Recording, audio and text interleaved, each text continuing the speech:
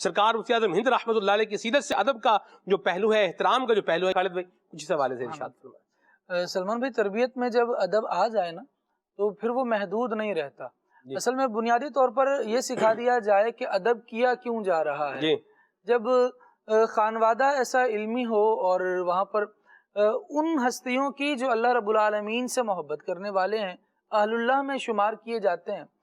ادب ہی کا مزاج دیا جا رہا ہے، تو ہر آنے والا نو مولود بھی ہوگا نا تو وہ بڑوں میں ادب دیکھ رہا ہوگا۔ ہم اپنے گھروں میں مختلف چیزوں کا اگر اندازہ لگائیں تو بچے بیچارے وہی سیکھ رہے ہوتے ہیں جو بڑے کر رہے ہوتے ہیں۔ بچے کا انداز تو تکار کا عمومی طور پہ تب بنتا ہے جب بڑے افراد کے لبوں پر ایسے الفاظ جاری ہوتے ہیں۔ اگر بڑے آپ جناب سے ادب احترام سے گفتگو کرنے والے ہوں گے، سرکار اعلیٰ حضرت رحمۃ اللہ تعالی علیہ کو دیکھیں تو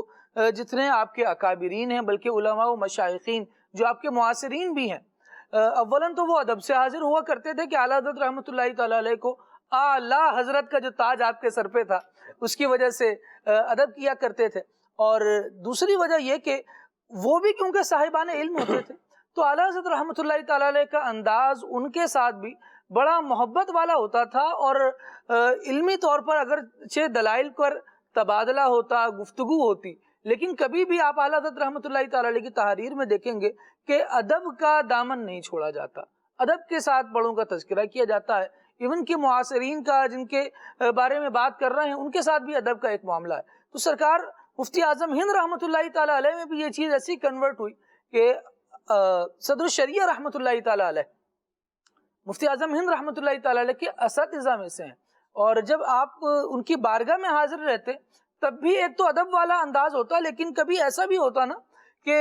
صدر الشریعہ رحمۃ اللہ تعالی علیہ کی غیر موجودگی میں بھی جب مفتی اعظم ہند رحمۃ اللہ تعالی علیہ کے سامنے ان کا تذکرہ کیا جاتا تو آپ محبت اور عقیدت سے وہ بات سنا کرتے تھے۔ بلکہ ایسا بھی دیکھنے والوں نے دیکھا کہ صدر الشریعہ علیہ رحمہ کیونکہ اعلیٰ حضرت پر نثار تھے اور اعلیٰ حضرت رحمۃ اللہ تعالی علیہ کے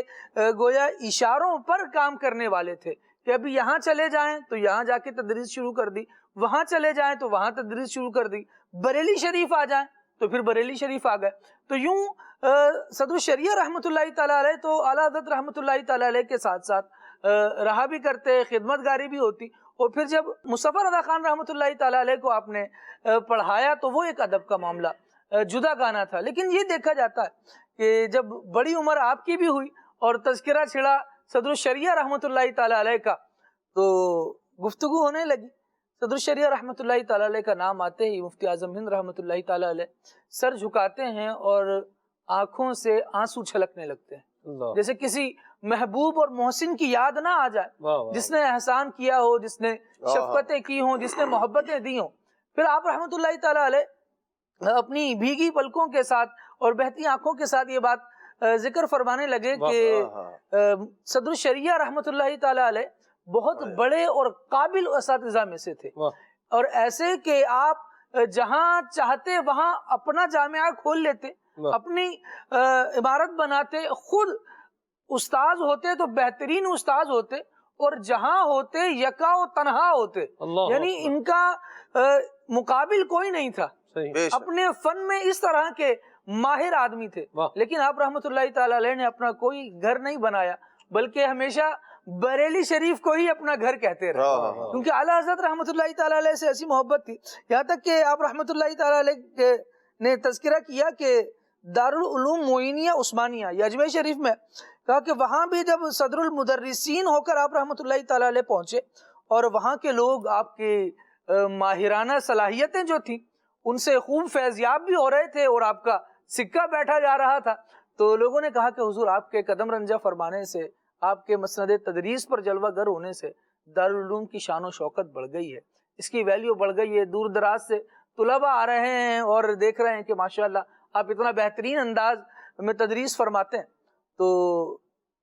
صدر الشریعہ رحمۃ اللہ تعالی علیہ ارشاد فرمانے لگے کہ جو کچھ یہ کرم ہو رہا ہے یہ سب مجھ پر اعلیٰ حضرت رحمۃ اللہ تعالی علیہ کا فضل و کرم ہے۔ فرمایا جو کچھ مجھے مل رہا ہے وہ سرکار اعلیٰ حضرت رحمۃ اللہ تعالی علیہ کے کرم کی برکت ہے، ان کا ساتھ تھا، ان سے سیکھا ہے۔ گویا جتنی اچھی اور اعلیٰ صفتیں ان کے ساتھ ذکر کی گئی، آپ رحمۃ اللہ تعالی علیہ نے ان کا تعلق بڑوں کے ساتھ جوڑ دیا کہ بڑوں کی نظر ہے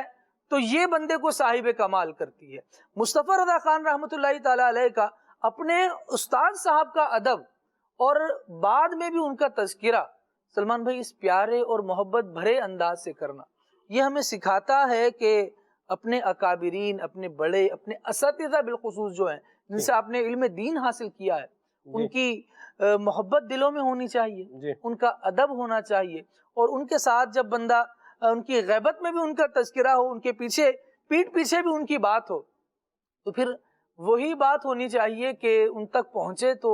انہیں بھی بھلی لگے تاکہ بعد میں بھی دعاؤں کا سلسلہ ہی جاری رہے. ایسا نہیں کہ بسا اوقات بندہ سامنے تو بڑا با ادب ہو رہا ہوتا ہے، با ادب ہوتا ہے الگ ہے، اور با ادب ہو رہا ہوتا ہے یہ الگ ہے. تو وہ با ادب ہو رہا ہوتا ہے لیکن ادب دل میں نہیں ہوتا. ادب تو وہ کیفیت ہے جو بندے کے دل کو جھکانے والی ہے.